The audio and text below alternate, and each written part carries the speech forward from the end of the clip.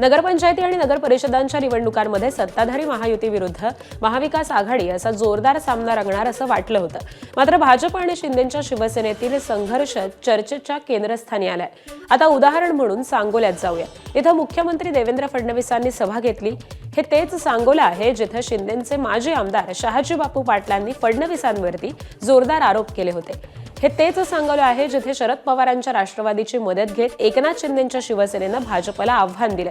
हे तेच सांगोला आहे जिथे मंत्री जयकुमार गोरेंच्या पुढाकारानं भाजप, शेकाप आणि राष्ट्रवादीचे दीपक आबा साळुंखे अशी अनोखी युती झाली आहे. त्यामुळे शिवसेनेचे माजी आमदार शहाजी बापू पाटील हे एकटे पडलेत.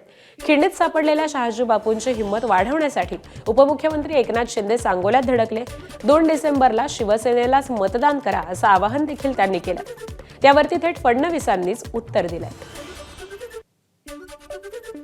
हे वेगवेगळे आपले चिन्ह आहेत, ते चिन्ह आपण त्याची बटन दाबून ही जी काही आपली नगरपालिका आहे ती आपल्या सगळ्या या नेत्यांच्या हाती तुम्ही द्या. मी तुम्हाला एवढंच सांगतो, 2 तारखेला आमची काळजी तुम्ही घ्या, त्यानंतर 5 वर्ष तुमची काळजी आम्ही घेतल्याशिवाय राहणार नाही हा विश्वास तुम्हाला देतो. एबीपी माझा, उघडा डोळे बघा नीट.